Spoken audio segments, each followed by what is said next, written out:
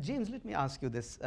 President Obama and his supporters often say that Americans tend to ignore that the difficulties we are facing today have a lot to do with Bush administration's policies.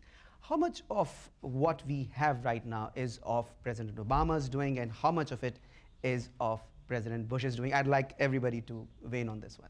Well, you really can't, you don't have enough time here to assign all the blame that is richly deserved really by both parties. I mean, you have, I work at the Heritage Foundation now. We are not pro-big business, we're pro-free market and pro-capitalism, and we don't like government and big business intervening, as was seen with the steel tariffs under Bush 43, or the GM Chrysler takeover in support of UAW. But you certainly have a political leaning. The Heritage Foundation certainly has a political leaning. Yes, it does. But and I think that's why I'm here today. Certainly both sides share. But for President Obama to have tripled, to increase the deficit by $3 trillion just since he's been in office, that's not the direction to go. And we need to go in the other direction, toward the sort of principles that we enshrine in our Index of Economic Freedom. Limited government, low taxes, letting people keep their money and investing it for themselves. So out of control spending is the real problem. I think we have to be very careful here. 2.5 years ago, we had a shock that we have never seen before. We were bleeding and hemorrhaging, and we needed a bandage, and the bandage was provided with the Bush administration and then with the Obama administration. So this was a crisis of fear, and we had to throw everything at it to quell the fear. And it's not gone yet. And so I think that the stimulus had to be done. The trick is this: in 5 to 6 years or 7 years, all these trillions of dollars that we have spent, if we have nothing to show for it, if American productive capacity is not increased, then I think we are in trouble. But what had to be done has been done. Really, we think the stimulus, the TARP, doesn't have enough to show for it. I mean, the public sector unions in California and New York and Illinois and other states are happy that they got bailed out, but that's not an answer to our problems. And if I could just talk about the development assistance issue for a minute, because I've looked at that a lot. Doubling that budget is going to just help corrupt dictators in places like Africa stay in power, because it's not getting at the real problem, which is corruption in those countries that cannot be solved by development assistance. Let me go to Berkeley. You'll have the last word, Mr. Reich, on this one.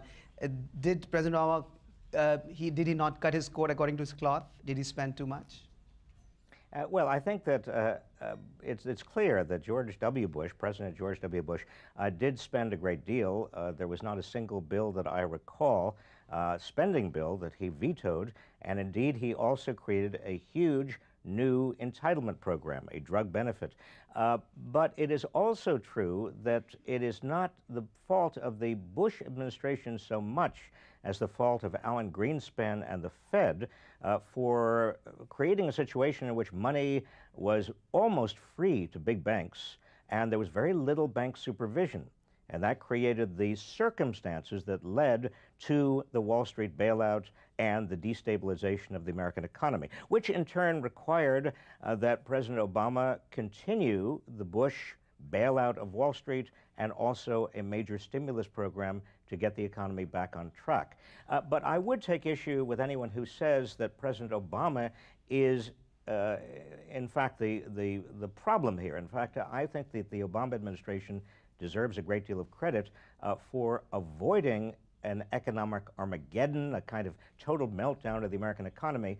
The problem essentially is that we still have a shortfall in aggregate demand on the side of consumers. As was said before, consumers represent a huge portion of the American economy, and they are still coming out from under a huge debt load.